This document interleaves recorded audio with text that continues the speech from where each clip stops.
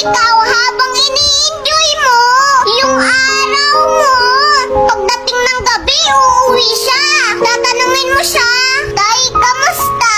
Sasagot sa ayos lang naman, anak. Yung mga kapatid mo, kumain na ba? Pero hindi mo alam na ayaw niya sabihin sa'yo yung pagod niya buong maghapon. May mga tatay na nakabilad sa araw. Minsan nauulanan pa nga eh.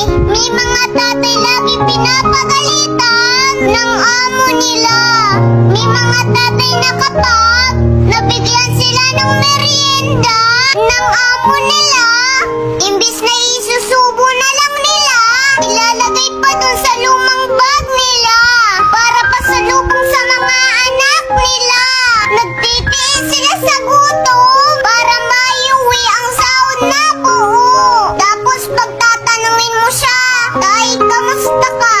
Lagi lang niya sasabihin sa'yo na alis lang ako, anak. Maging mabuti kang bata.